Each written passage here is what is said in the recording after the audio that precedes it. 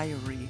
Yesterday was so amazing. I met such a wonderful guy, and I know just how to get him. He'll be mine by the end of the day. I just know it. I'll tell him that I've solved the lore of his games and constructed a timeline. And once he's there, I'll have him. And once I have him, he'll be mine forever. There's only one thing that could possibly go wrong.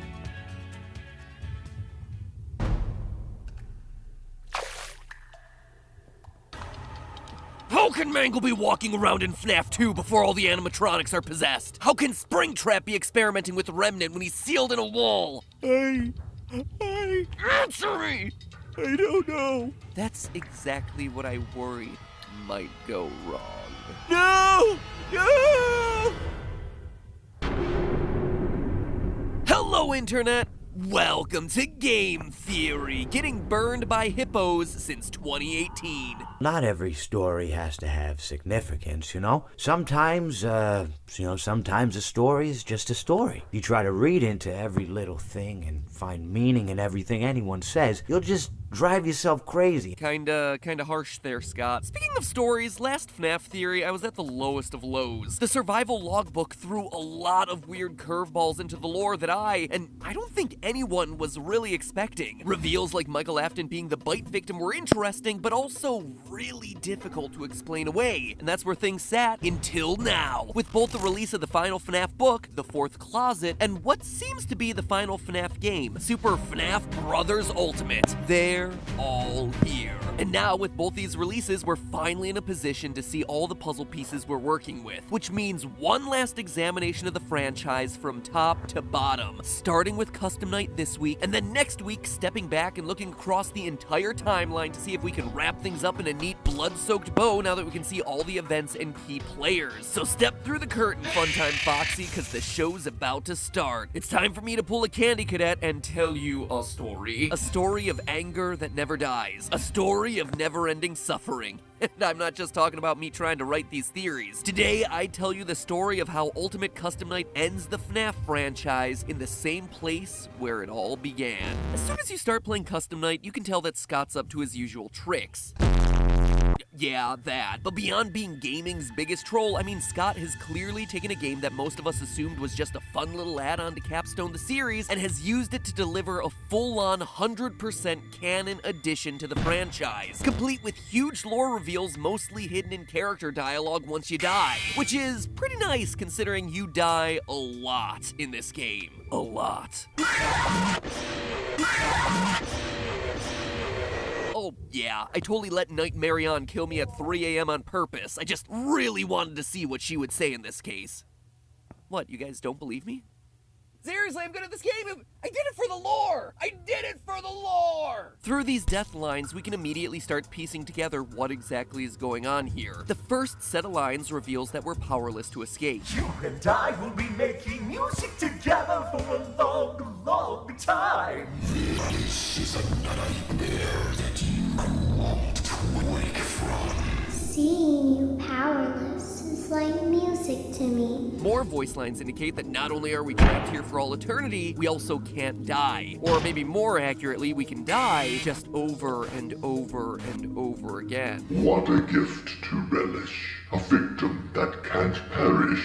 Let's taste death again and again and again.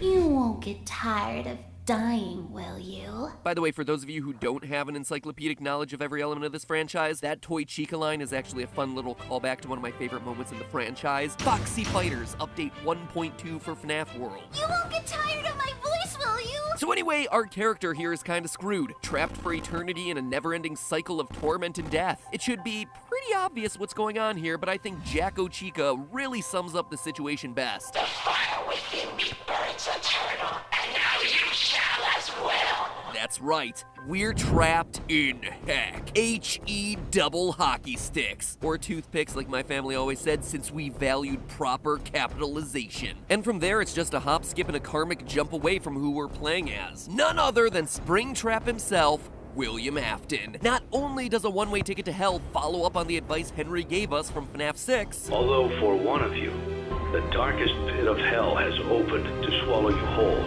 So don't keep the devil waiting, old friend. But more voice lines in Custom Night confirm our relationship to each of these characters. We know who our friends are, and you are not one of them. This is a callback to FNAF 4's We're Still Your Friends, Do You Still Believe That? But twisted on its head. If our character were someone like, say, Michael Afton, aka the Crying Child, aka another character who can't die, well then Fredbear wouldn't single us out as not his friend. He's not an enemy to Michael because Michael never did anything to hurt him. I am the fearful reflection of what you have created. William Afton killed Henry's daughter, who goes on to become the puppet. Night Marion here is the dark reflection of the puppet, thereby confirming that we're playing as William Afton. Even Ballora offers some clues that we're playing as William. Admit it.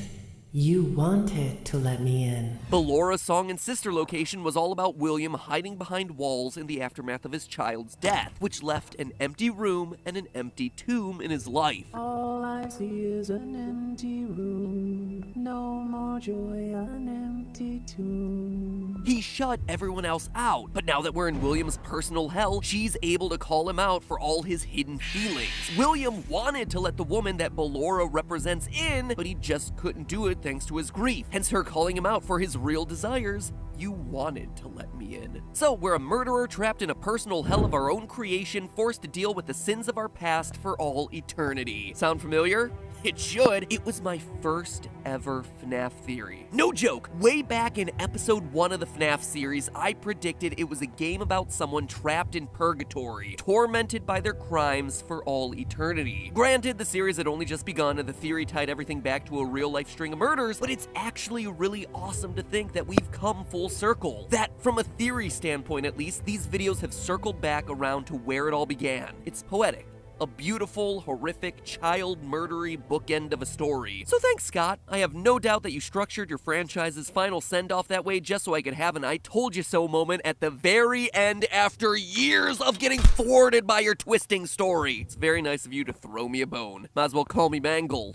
More on that next week. But of course, it wouldn't be FNAF if things were just that simple. No, it's not good enough for William to be held in a perpetual state of agony. There's something keeping us here. Looking through all the voice lines, there's one other entity that's mentioned over and over again. The one you should not have killed. I am remade, but not by you, by the one you should not have killed.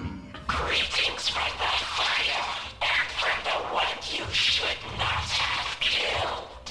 Excuse me, what? The one I shouldn't have killed? You mean Voldemort? Oh, sorry, got him confused with Hugh Must Not Be Named. But seriously, the one I shouldn't have killed in a franchise piled high with underage bodies? Okay, yeah, sure. All those other kids, nah, they deserved it. But that one right there, yep, shouldn't have touched him. Now you're damned for all eternity. Sucks to be you. Anyway, this is the big mystery of the game. Who are they talking about? Well, by picking apart clues from all sorts of different locations, we can start piecing together who this one who must stay vague for lore purposes actually is. First, from the rest of the voice lines, we can identify that this character is a male. I have seen him, the one you shouldn't have killed. He's here and always watching, the one you shouldn't have killed. Notice how both of them use the pronouns he and him. We also know that this guy specifically has a vendetta against us. To understand that, we have to turn our attention to the true stars of Ultimate Custom Night,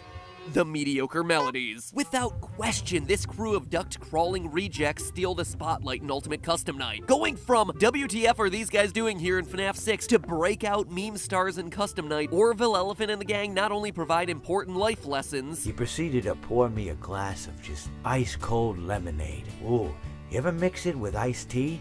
You do like a little half lemonade, half... Ooh, it's so... You should try it some. Well, you can't because you're dead. they also deliver on huge lore reveals. For the most part, their lines are pretty disposable, but very rarely you'll get a line from them that feels just a bit out of character. We've only just begun. I will never let you leave. I will never let you rest.